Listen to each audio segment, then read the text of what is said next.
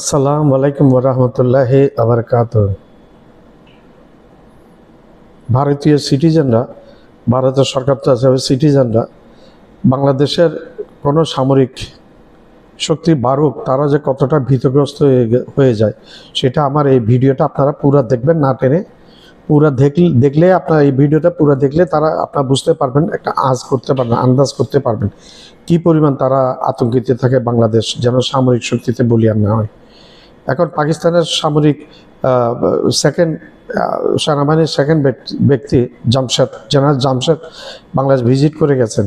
এটা তো তাদের উষ্মা এবং তাদের রিয়াকশন, ভারতীয় মিডিয়ার রিয়াকশন, হুমকিও দিয়েছিল ইয়ার ব্যাপার। এখানে ডক্টর জাকির নায়েক আসলে নাকি ভারতে করা হুমকি দিয়েছে বাংলাদেশকে, ডক্টর জাকির যেন না আসে, সে নাকি ভারতে মোস্ট ওয়ান্টেড। তো আমার কথা হলো, ভারতের জাকির নায়েক মোস্ট ওয়ান্টেড হলে আমাদের মোস্ট ওয়ান্টেড হাসিনাকে কেন তোমরা ফেরত দিচ্ছ নাকি? 2000 উপর মানুষ হত্যাকারী। বাংলাদেশের আদালত যার বিরুদ্ধে গ্রেপ্তারি পরোয়ানা আছে খুনের মামলায়, তাকে তোমরা ফেরত দিচ্ছ না। তোমাদের এটা দ্বিচারিতা নয়?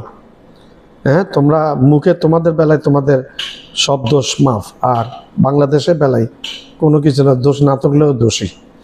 এই দেশটা ছোট, এই জন্য চীনকে তো করতে পারো না ভাই, পাকিস্তানকে করতে পারো না। কি পরিমাণ যে আমাদের সাথে তুরস্কের যে সম্পর্ক, সামরিক সম্পর্ক হচ্ছে, এটা তো তাদের ভয়। আমরা তুরস্ক থেকে অ্যাটাক হেলিকপ্টার কিনবো, এটা তো ভয়। আমরা পাকিস্তানের সাথে সামরিক সম্পর্ক হচ্ছে, এবং ভবিষ্যতে এই সামনে আসবে পাকিস্তানের প্রধানমন্ত্রী শাহবাজ শরীফ এবং সেনাপ্রধান ফিল্ড মার্শাল আসিফ মুনির বাংলাদেশে আসবেন। এটা তো তাদের ভয়। শিলিগুড়ি নিয়ে নিছে, তাদের এই নিয়ে নিছে, ওই নিয়ে নিছে, তাদের যত সব মোদির গদি মিডিয়ার এই সমস্ত পাওয়া যায়। ভারত চাচ্ছে শেখ হাসিনাকে আবার এখানে বসানোর জন্য। ভাই, শেখ হাসিনাকে আপনারা বসাবেন সেটা আমরা বুঝলাম, বাংলাদেশের মানুষ তো চাচ্ছে না শেখ হাসিনাকে। যখন ক্ষমতা ছিল তখনই চায় নাই, এখন কোত্থেকে চাইবে? এতগুলো হত্যাকাণ্ড করার পরে, দেশ লুট করার পরে, টাকা পয়সা লুট করার পরে, ভারতে আসে, ভারতের হাতে এই দেশকে তুলে দেওয়ার পরে কেন চাইবে বাংলাদেশের মানুষ? আমি তো যেটা বলি, বাংলাদেশের মানুষ আগামী 30 বছর এই আওয়ামী লীগকে হয়তো শাসন করতে দিবে না বাংলাদেশের ভবিষ্যৎ যে রাজনৈতিক দল আসুক, জামাত আসুক, বিএনপি আসুক, কিন্তু জেনজির হাতে পূর্ণ ক্ষমতায় থাকবে, ইয়াং জেনারেশনের হাতে। তারা যে টকতা পলট করে সেটা 2005 সালে একটা প্রকৃষ্টতম উদাহরণ শেখ হাসিনা ওয়াজেদ।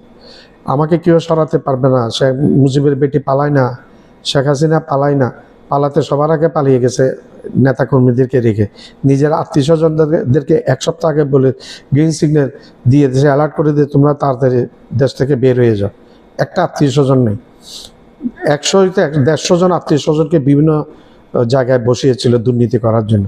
একজনের সবাই 8-10 দিন 15 দিন আগে দেশ ছেড়ে পালিয়েছে, সেটা আমরা জানি।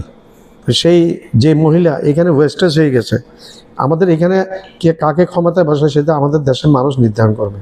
তুমি ভারত নির্ধারণ করে, তোমার আগে সেই দিন নাই, তোমার আগে সেই যৌবন নাই, তোমার আগে সেই শক্তিমত্তা নাই। তোমার আশেপাশের একটা প্রতিবেশী দেশ তোমার পক্ষ অবলম্বন করে না, তোমার বিপক্ষে। তোমার শত্রু বানিয়ে রেখেছো, 7টা প্রতিবেশী দেশকে শত্রু বানিয়ে রেখেছো আশেপাশে। যুদ্ধ যদি বাংলাদেশকে আক্রমণ করো সেটা তোমরা টের পাবে, একটাও বন্ধু পাবে না তোমার আশেপাশে। তো যেটা বলছিলাম সেটা হচ্ছে, বাংলাদেশের মানুষকে হুমকি দিয়ে লাভ নাই। আমরা যোদ্ধা জাতি। এই বাংলাদেশটা অনেক কঠিন একটি দেশ, এখানে সহজে কোনো কিছু এসে বিজয় অর্জন করতে পারে না।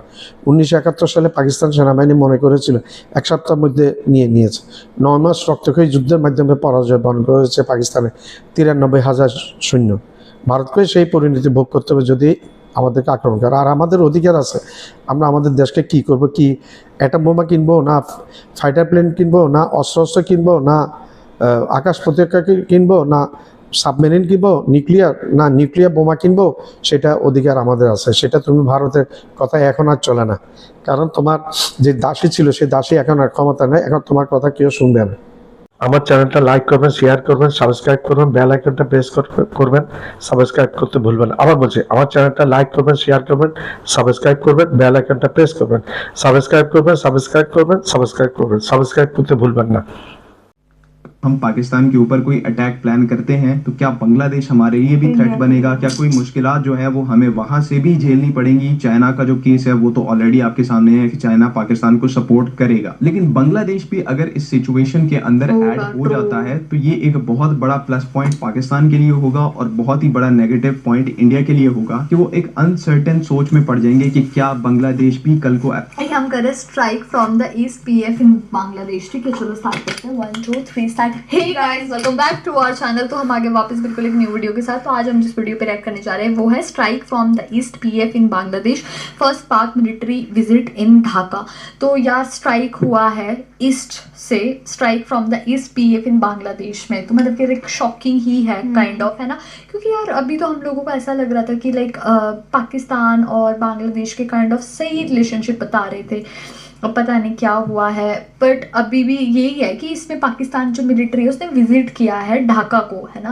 तो ये बहुत ही अच्छी बात है। बांग्लादेश के साथ रिलेशन अच्छे बढ़ रहे हैं, वरना पहले तो खराब ही थे कि डिवीजन जब हुआ था, ईस्ट और वेस्ट पाकिस्तान था जो वही। बाकी देखते हैं कि क्या होने वाला है। अब जैसे पाकिस्तान बांग्लादेश के साथ भी अपना दिखा रहा है कंट्रीब्यूशन, क्या फ़ायदा होगा इससे पाकिस्तान को। जल्दी से स्टार्ट करते हैं वीडियो को। सो फिर आज भी देखिए, हम भी देखते हैं। Let's start. अस्सलाम वालेकुम, दिस इज ओडीएफ अक्षर फ्रॉम डिफेंस आउटपोस्ट। तो इस टाइम के ऊपर एक बहुत बड़ी अपडेट जो है वो बांग्लादेश से आ रही है कि पाकिस्तान मिलिट्री का जो एक बहुत ही हाई लेवल का डेलीगेशन है वो पहली दफा आज ही बांग्लादेश के अंदर लैंड हुआ है। और स्पेसिफिकली इस मिलिट्री डेलीगेशन के अंदर पाकिस्तान एयरफोर्स के ऑफिशियल्स भी इंक्लूडेड हैं। तो चीजें वैसे भी बहुत ज्यादा इंटरेस्टिंग हो जाती हैं। और ये सब जिस टाइम फ्रेम के अंदर हो रहा है कि इंडिया के साथ हॉस्टिलिटीज हमारी इंक्रीज हो रही है और पाकिस्तानी मिलिट्री का डेलीगेशन बांग्लादेश में जाता है, तो ये जो एक स्ट्राइक फ्रॉम द ईस्ट वाला कॉन्सेप्ट है, क्या ये इसकी तरफ पाकिस्तान कदम बढ़ा रहा है? तो आज हम लोग इसके ऊपर बात करेंगे वीडियो में। साथ ही साथ जो कुछ इंपॉर्टेंट मिलिट्री इक्विपमेंट पाकिस्तान की तरफ से सप्लाई किया जा सकता है, उसकी जो इनिशियल डिस्कशन है वो इस मिलिट्री डेलीगेशन की तरफ से कंडक्ट की जा सकती है, तो उसके ऊपर भी हम लोग बात करेंगे। वीडियो जो है वो इंपॉर्टेंट होने वाली है, लेकिन उससे पहले अगर आप लोगों ने अभी तक चैनल को सब्सक्राइब नहीं किया हुआ तो please make sure like this video and do subscribe the channel. तो इस मिलिट्री डेलीगेशन की बात करें जो कि पाकिस्तान की तरफ से बांग्लादेश में भेजा गया है, इसको लीड कर रहे हैं पाकिस्तान आर्मी के DG joint staff lieutenant general Tabassum Habib and उनके साथ फिर पाकिस्तान एयरफोर्स के भी ऑफिशियल्स शामिल हैं और पाकिस्तान नेवी के ऑफिशियल्स भी शामिल हैं, लेकिन उनकी डिटेल्स जो है वो अभी पब्लिक में नहीं है। सिर्फ पाकिस्तान आर्मी के जो इस डेलीगेशन को लीड कर रहे हैं उनका नाम पब्लिक में आया है, बाकी सब चीजें अभी कॉन्फिडेंशियल है। ये पूरा पाकिस्तान का जो डेलीगेशन है वो कुछ ही देर पहले जो है वो ढाका के अंदर लैंड हुआ है और डायरेक्टली इनकी मुलाकात जो है वो बांग्लादेश के आर्मी चीफ जनरल वकारुज्जमान के साथ हुई है। सो एक पाकिस्तान का ये हाई लेवल डेलीगेशन ऊपर से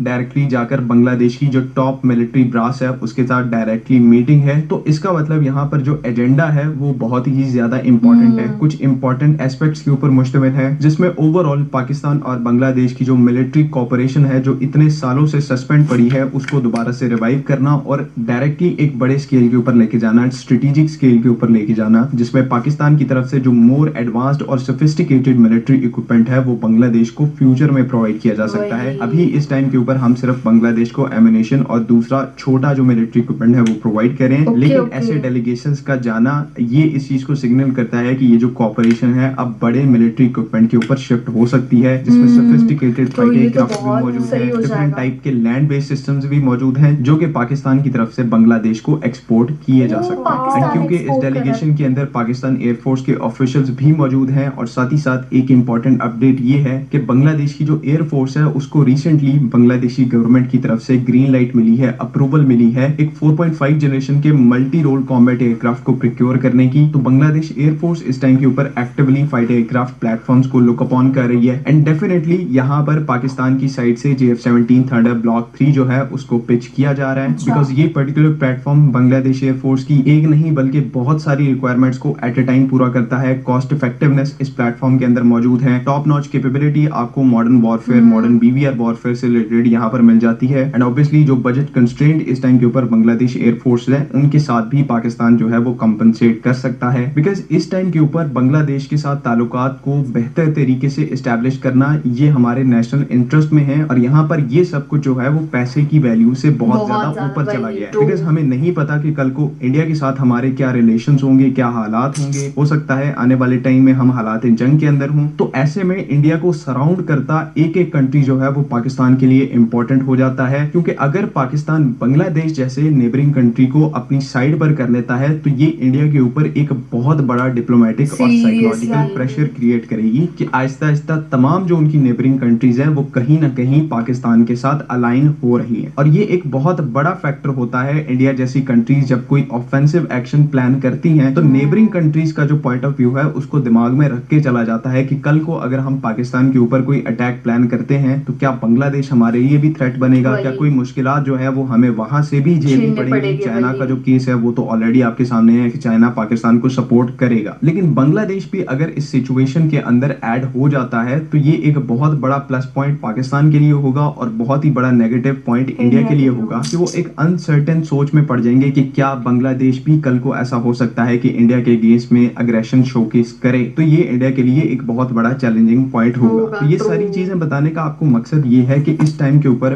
बांग्लादेश को मिलिटरीली सपोर्ट करना पाकिस्तान के लिए एक बहुत बड़ा एडवांटेज फ्यूचर के अंदर क्रिएट कर सकती है। एक तो Bangladesh as a Muslim country हमारा फर्ज बनता है उनको सपोर्ट करना, तो उनकी मिलिट्री जो है वो स्ट्रांग होगी, फ्यूचर में इंडिया से पोज होने वाले थ्रेट्स को वो अच्छे तरीके से काउंटर कर सकेंगे। एंड देन अगर फ्यूचर में पाकिस्तान को इंडिया से थ्रेट पोज होता है तो ये एक्ट यहाँ पर काउंटर बैलेंसिंग का भी काम करेगा। एंड इंतहाई एक्सट्रीम और टेंस सिचुएशन के अंदर इवन इस चीज की पॉसिबिलिटी है कि ये जो recently strike from the east वाला कॉन्सेप्ट इंडिया के अगेंस्ट में शुरू हुआ है कि हालात जंग में ना सिर्फ इंडिया के ऊपर वेस्टर्न साइड से स्ट्राइक्स होंगी जो कि पाकिस्तान करेगा, बल्कि ईस्टर्न साइड से भी स्ट्राइक की तवक्को इंडिया की तरफ से रखी जाए, वहां से भी पाकिस्तान कहीं ना कहीं मैनेज करके इंडिया के ऊपर स्ट्राइक कर सकता है। सो इस चीज के जो ऑप्टिक्स है कि पाकिस्तान की मिलिट्री का एक हाई लेवल डेलीगेशन बांग्लादेश का विजिट कर रहा है एंड ऊपर से पाकिस्तान एयरफोर्स भी इस पोजीशन में है कि वो पूरी सपोर्ट प्रोवाइड करवाना चाहते हैं, एक अच्छा मल्टी रोल प्लेटफॉर्म प्रोवाइड करने में, बल्कि उनको इस चीज में भी असिस्ट करने में कि किस प्लेटफॉर्म को यहाँ पर सिलेक्ट किया जाए। तो ऐसी जो चीजें होती हैं दो कंट्रीज के दरमियान, ये चाहे पाकिस्तान हो चाहे बांग्लादेश हो, इन दो कंट्रीज के लिए आपस में मिलकर काम करना और स्पेशली मिलिट्री की डोमेन में काम करना, ये इस टाइम के ऊपर नेसेसरी नहीं बल्कि नेसेसिटी बन चुका है। इसको हमें करना ही करना है to secure our future. And इस टाइम के ऊपर पाकिस्तान का जो मिलिट्री डेलीगेशन है वो बांग्लादेश में गया है, तो आप एक्सपेक्ट कर सकते हैं कि यहाँ से बहुत ही इंपॉर्टेंट डेवलपमेंट्स हमें देखने को मिलेंगी। जिस तरह से पहले बांग्लादेश पाकिस्तान से एमिनेशन परचेज कर सकता है, हो सकता है हम यहाँ पर और भी सोफिस्टिकेटेड मिलिट्री इक्विपमेंट बांग्लादेश को एक्सपोर्ट करें ताकि ये दो कंट्रीज के दरमियान जो मिलिट्री सिनर्जी है उसको एक अनपैरेलल स्केल के ऊपर लेके जाया जा सके against regional enemies and especially India. So आज के लिए बस